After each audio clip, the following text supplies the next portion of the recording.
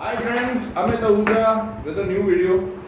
और सबसे पहले तो मैं आप सब लोगों का शुक्रिया अदा करना चाहता हूँ कि जिनको मैंने एक सवाल पूछा था और बहुत लोगों ने जवाब दिए। एंड जाहिर सी बात है, एफर्ट लगता है, टाइम लगता है, सोच लगती है। लेकिन ये सवाल कुछ ऐसा है कि जिसके बारे में एक्चुअली मुझे भी कोई बहुत ज़्यादा नॉलेज नहीं है। लोगों ने बोला, मतलब समझ है मुझे कि भाई कम्युनिकेशन बस से जा रहा है, कम्युनिकेशन बस से जा रहा है, कैसे है सर्किट मुझे मालूम है कि हमारे को ये स्विच ग्राउंड है एंड एवरीथिंग। लेकिन आने वाले टाइम में इसको मैं वेरीफाई करूँगा कोई गाड़ी लेके।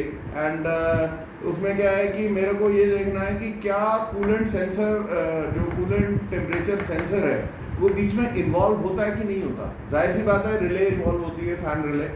मैं उसको जब ECM से कमांड देता हूँ, स्कैनर से कमांड देता हूँ टू स्विच ऑन, तो लो साइड जो ECU है उसको ग्राउंड करता है एंड हाई साइड से पिन नंबर 30 से डायरेक्टली फ़ैन तक जाता है और फ़ैन का अपना ग्राउंड है, तो या इंजन ब्लॉक में ग्राउंड है, जो भी है, तो फ़ैन चल जाता है। तो मेरा जो बेसिक चीज़ है जो मैं देखना चाहता हूँ, जैसे आप लोगों ने पॉइंट आउट करा कि भाई कैन बस से होता है, तो यस, मैं उस चीज़ को बिल्कुल डिनाई नहीं कर रहा हूँ, पर मेरे को नहीं मालूम। और इसमें मैं ये करूँगा कि मैं ऑसिलोस्कोप लूँगा, मल्टीमीटर, क्योंकि इतनी जल्दी पर मल्टीमीटर से भी मैं कर सकता हूँ कि मैं एक मल्टीमीटर को कैन हाई और लो पे ले लेता हूँ, कैन हाई, एंड एक मल्टीमीटर को कैन लो पे, और एक तीसरे मल्टीमीटर को मैं इंजन कूलेंट टेम्परेचर पे ले लेता हूँ। और जब मैं कमांड करता हूँ तो मैं तीनों मल्टीमीटर की वोल्टेज देखूंगा कि वो चेंज हो रही है कि नहीं। So that is one way. Oscillo में ये बहुत आसान है क्योंकि 3 चैनल में ले लूँगा, बट एनी विच वे। तो today coming to a new subject, और नया सब्जेक्ट है। पिछली बार मैंने कहा था कि कुछ मैं आपको प्राइमरी इनपुट्स दूंगा, लेकिन I think I will keep it for another video, next video के लिए रखूँगा। मैंने आपको जो कवर किया है, पहले मैंने आपसे बताया था कि इनटेक एयर टेम्परेचर, उसके बाद जो हमने पिछली बार जो टॉपिक डिस्कस किया था, we were taking the crank sensor, right. और बहुत सारे मेरे फ्रेंड्स हैं जो इस बात पे बात कर रहे थे कि भाई ठीक है, जो सब्स्टिट्यूटेड वैल्यू, रादर मैं ये बोलता हूँ डिफ़ॉल्ट वैल्यू। और let's talk about the default value. Board पे हम बात करते हैं एंड फिर एक केस स्टडी है, एंड देन फाइनली मैं आपको एक क्वेश्चन पूछूंगा जिसका कि साइंस की बात है कि इस बार मुझे जवाब आता है, तो मतलब वो मेरे लिए इतना कोई मुश्किल, मतलब उसका ऑब्वियसली कई बार हम लोगों ने ट्राई करा हुआ है। तो बेसिकली क्या है कि जो आज हम बात करेंगे, we are talking about default values, sorry default values या substituted values.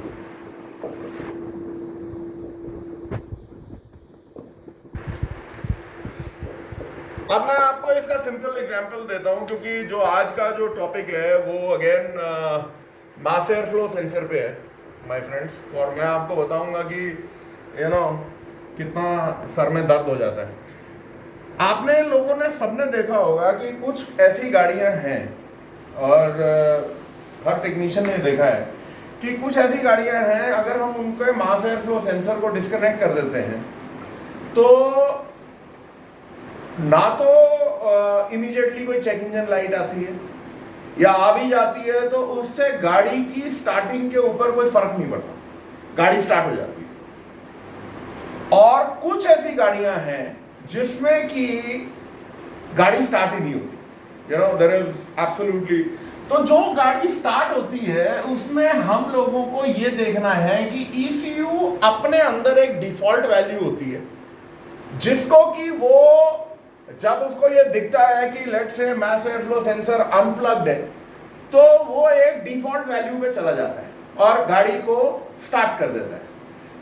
For instance Maruti petrol की गाड़ियां, मारुति की कई गाड़ियों में मैंने देखा है कि अगर आप क्रैंक सेंसर को डिस्कनेक्ट कर देते हैं तो भी गाड़ी स्टार्ट हो जाती है। एंड कई बार there is no fault code जब तक, और लेकिन पिकअप नहीं लेगी बिकॉज, लेकिन ये है कि वो गाड़ी स्टार्ट क्यों हो रही है। और दूसरी बहुत सारे जो ब्रांड्स हैं उनमें अगर आप क्रैंक सेंसर को डिस्कनेक्ट कर दोगे गाड़ी स्टार्ट ही नहीं होगी। So that is the thing कि ये चीजें हम लोगों को देखनी है कि डिफॉल्ट वैल्यूज है क्या। अब आपको मैं एक छोटी सी चीज बताऊं, क्योंकि ये ट्रेनिंग में हम लोग टोयोटा के बारे में मेरे इंस्ट्रक्टर मुझे बता रहे थे कि टोयोटा में पहले जब आप इंजन कूलेंट टेम्परेचर को डिस्कनेक्ट करते थे तो जैसे कि नॉर्मली ये हो जाता है कि हमारा -40 डिग्री सेल्सियस आ जाता है, राइट। ये मैक्सिमम है, क्योंकि इसके ऊपर माइनस कुछ हो ही नहीं सकता। This is the maximum. अब जो नई वाली टोयोटा है उसने वो करके दिखाया। अब मुझे नहीं मालूम कि इंडिया में क्या है, ये मुझे चेक करना पड़ेगा, लेकिन उसमें क्या है कि जब आप इंजन कूलेंट टेम्परेचर को डिस्कनेक्ट करते हो तो वो डिफॉल्ट वैल्यू 80 डिग्री सेल्सियस आ जाती है। नाउ ये एक बड़ी ही डेंजरस वैल्यू है। ये एक ऐसी डेंजरस वैल्यू है कि गाड़ी आपकी चलती रहेगी और गाड़ी गर्म हो जाएगी, उबाले मार देगी, लेकिन ये नहीं चेंज होगा। और एज अ टेक्नीशियन हमारे को इस चीज के ऊपर बहुत तवज्जो देनी पड़ेगी। ये वाला जो है -40 है हमारे को दिख जाएगा और हमें पता लग जाएगा कि ओके यू नो, बट ये जो वैल्यू है और इसके रेपरकशंस क्या है, जाहिर सी बात है इसमें तो फैन ऑन फैन डायरेक्ट हो जाता है। इसमें आई डोंट नो कि फैन डायरेक्ट होता है कि नहीं होता, बट वील हैव टू सी। सो कहने का मकसद ये है कि अगर आपको इस चीज में थोड़ी सी माहिरता करनी है तो आपने दो जगह लेना है। एक तो आपका मैन्युफैक्चरर डेटा है, मैन्युफैक्चरर डेटा, और एक आपका ओबीडी डेटा है। कहने का मकसद ये है कि आप अगर लेट से crank position sensor, cam, engine coolant, अगर आप एटसेट्रा जब आप डिस्कनेक्ट करते हैं तो यहां पे आपको पी कोड कौन से आ रहे हैं, डिस्क्रिप्शन क्या आ रही है, और करस्पॉन्डिंगली मैन्युफैक्चरर में पी कोड और उसकी डिस्क्रिप्शन क्या आ रही है।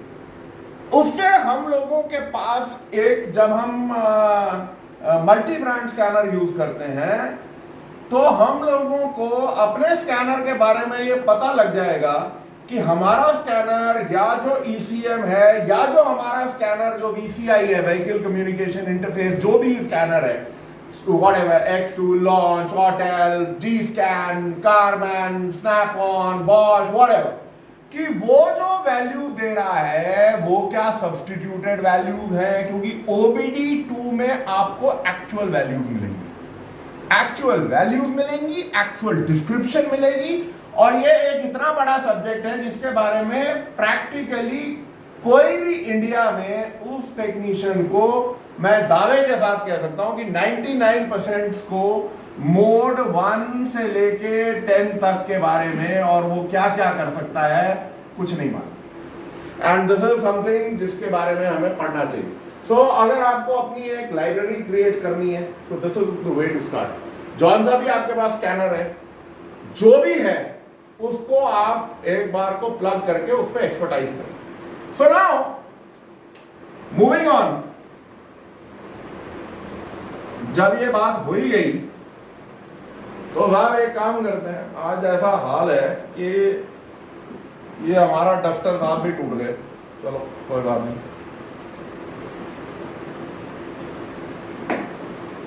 सो एक्सटूल जो ट्रेनिंग एकेडमी है और जो हम आगे इसको बढ़ा भी रहे हैं और करेंगे भी, मकसद हमारा ये है कि हम लोग आपको ये नहीं कह रहे कि भैया एक्सटूल लेना है, आपकी मर्जी है, जो मर्जी टूल लो। लेकिन ये है कि एक्सटूल ट्रेनिंग में हम लोग जितना आपको यूट्यूब के माध्यम से सिखा सकते हैं, और ये सुनील जी के साथ भी हमारी बहुत बात हुई है कि हम लोग इस इनिशिएटिव को आगे से आगे तक लेना चाहते हैं। वेबिनार्स करेंगे और फिजिकल ट्रेनिंग अगर पॉसिबल होगी ज़रूर करेंगे, लेकिन वेबिनार्स तो ज़रूर करेंगे। एंड अभी जितनी यूट्यूब पे कर सकते हैं वो कर रहे हैं। लेकिन कमिंग टू द पॉइंट, पिछली बार मैंने आपसे एक बात करी थी साहब कि आपको अगर अपने इंजन को का कंप्रेशन आपको ये है कि मेरा इंजन साउंड है कि नहीं है, तो मैंने आपको कहा था कि आप अपने स्कैनर में, अगर आपके पास मैप है तो आप अपने स्कैनर से ही पता कर सकते हो, but that is a part of the advance training, क्योंकि वो मुझे करके दिखाना पड़ेगा। दूसरा जो आपके लिए आसान चीज है, अगर आपके पास मास एयर फ्लो है तो आपको वीई कैलकुलेटर चार्ट मिलते हैं, टेबल्स जिसे हम बोलते हैं। इन वीई कैलकुलेटर मतलब वॉल्यूमेट्रिक एफिशिएंसी कैलकुलेटर टेबल्स हैं। ये आपको गूगल प्ले स्टोर पे, जब एटीजी वाले हैं ये तो फ्री हैं, लेकिन अगर आपको बहुत ही एक अच्छी क्वालिटी का चाहिए तो ड्राइवेबिलिटी गाइड है।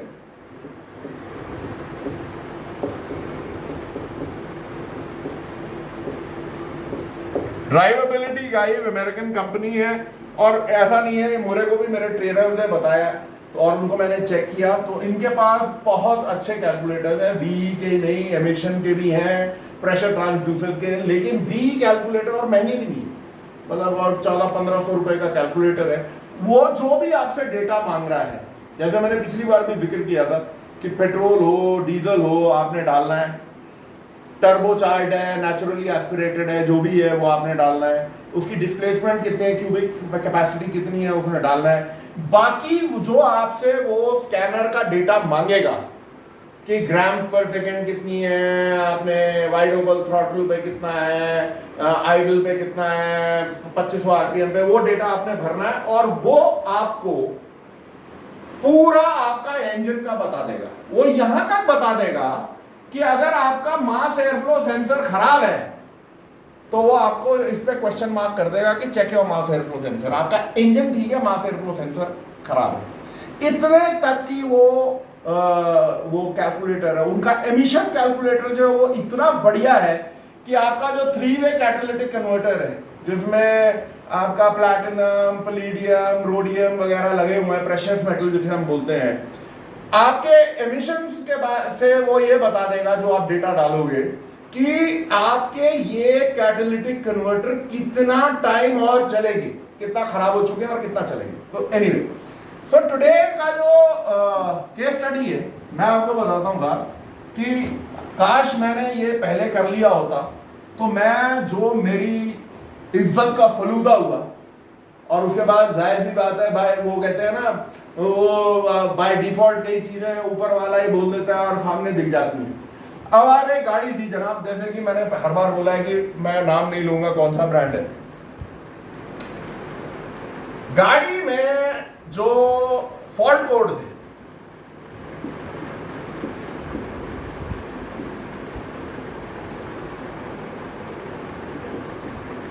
Fuel,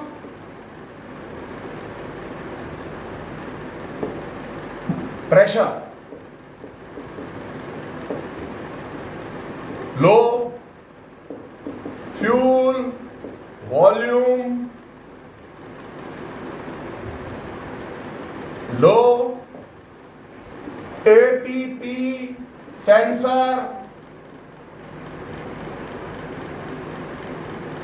input low, EGR, threshold value,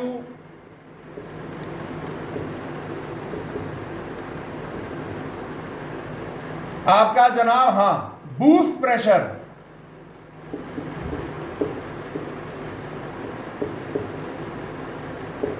लो, ये गाड़ी है और ये इसके फॉल्ट कोड है। अब जैसे कि होता है ना, उतने उस जमाने में इतनी एक्सपीरियंस तो था, लेकिन कोई इतनी कोई फॉर्मल ट्रेनिंग थी नहीं, ना ये सब्स्टिट्यूटेड वैल्यू, डिफॉल्ट वैल्यू के बारे में कोई नॉलेज थी, ना कोई वॉल्यूमेट्रिक एफिशिएंसी के कैलकुलेटर थे, कुछ भी नहीं था साहब। आ गई जी गाड़ी। अब जैसे कि हालात थे कि भैया फ्यूल प्रेशर लो, अच्छा जी, rail pressure sensor back probing check कर लिया, बिल्कुल लो आ रहा है साहब, अच्छा जी। फ्यूल वॉल्यूम, अब फ्यूल वॉल्यूम का ये है कि आज की डेट में अगर मैं होता तो मैं लो साइड भी चेक करता, हाई साइड भी चेक करता।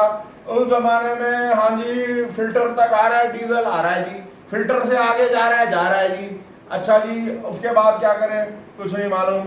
एपीपी 6 वायर का वो देख रहे हैं, उसमें बिल्कुल करेक्ट वैल्यू आ रही है, 5 volt reference signal ground 5 volt reference signal और ग्राउंड। ईजीआर का जो अब वो है कि भाई जो दिमाग लगाया कि भाई ईजीआर में मतलब ये जो वॉल है ये चोक हो गया होगा, कार्बन आ गया होगा। Boost pressure I think 3 wire का सेंसर था, कुछ नहीं मालूम रियली।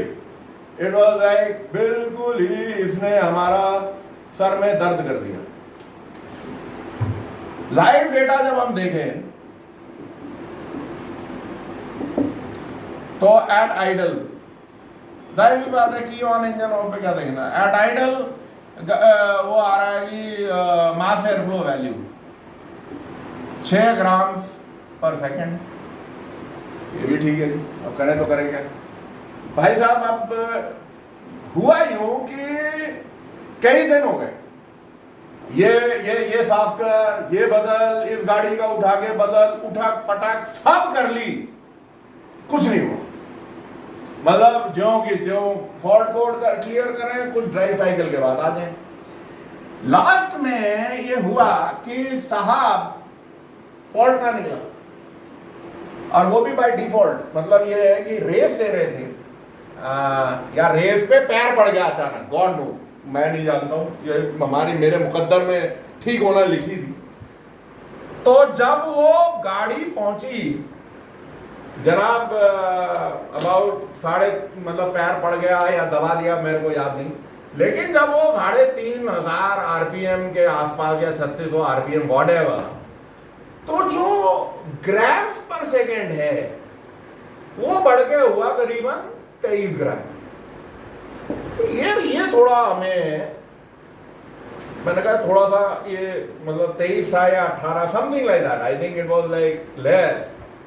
तो हम लोगों ने जब आइडल था इट वाज आई थिंक 800, और हम लोगों ने फिर हमने कहा कि भाई अगर इसको मैं 5 गुना करता हूँ मीन्स 4000 आरपीएम पे अगर मैं लेता हूँ, तो अगर मेरा मास एयर फ्लो सेंसर सही है, जाहिर सी बात है इसका कंप्रेशन टेस्ट भी ले लिया हमने, इट वाज ओके।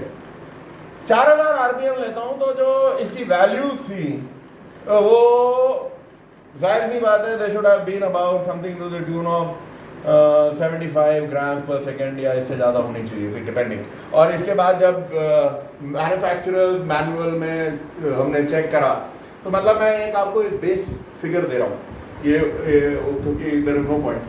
तो जब हम लोगों ने अपने कॉन्टैक्ट से मैन्युफैक्चरर स्पेसिफिक डेटा में गए तो पता ये लगा कि आपका जो फॉल्ट था उसमें भी मैन्युफैक्चरर में साइट में जो नोट्स थे उनके इस तरीके की चीज में चेक ऑब्लिक रिप्लेस MAF।